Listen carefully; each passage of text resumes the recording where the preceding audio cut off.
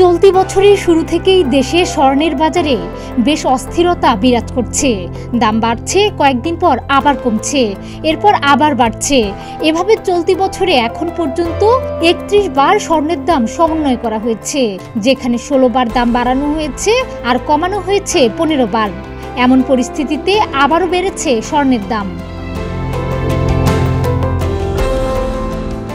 রবিবার সন্ধ্যায় এক বিজ্ঞপ্তিতে স্বর্ণের দাম বৃদ্ধি করার ঘোষণা দেয় বাংলাদেশ জুয়েলার্স অ্যাসোসিয়েশন বাজুস। সোমবার থেকে নতুন এ দাম কার্যকরের ঘোষণা দেওয়া হয়েছে। বিজ্ঞপ্তিতে বলা হয়, স্থানীয় বাজারে তেজাবি স্বর্ণ বা পিওর গোল্ডের দাম বেড়েছে, ফলে সার্বিক পরিস্থিতি বিবেচনায় স্বর্ণের নতুন দাম নির্ধারণ করা হয়েছে।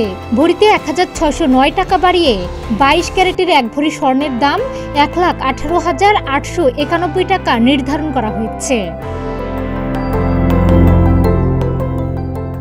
নতুন দাম অনুযায়ী ২২ ক্যারেটের প্রতি ভরি স্বর্ণের দাম পড়বে ১,১৮,৮৯১ টাকা। এছাড়া ২১ ক্যারেটের প্রতি ভরি ১,১৩,৪৯১ টাকা, ১৮ ক্যারেটের প্রতি ভরি ৯৭,২৭৮ টাকা এবং সনাতন পদ্ধতির প্রতি ভরি স্বর্ণের দাম ৮০,৪২৩ টাকা নির্ধারণ করা হয়েছে।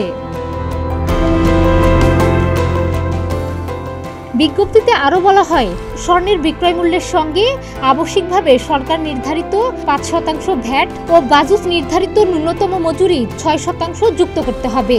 তবে গয়নার ডিজাইন ও মান ভেদে মজুরির তারতম্য হতে পারে।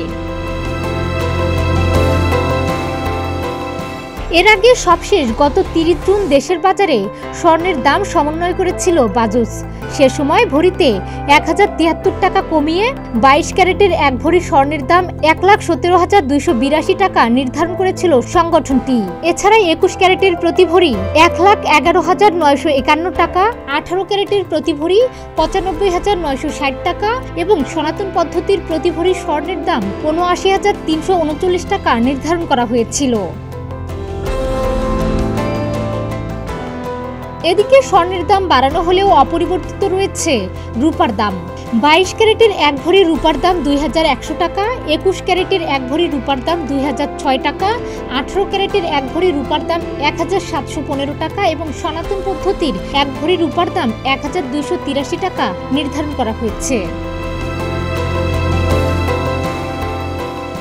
ডেস্ক রিপোর্ট, প্রতিদিনের বাংলাদেশ।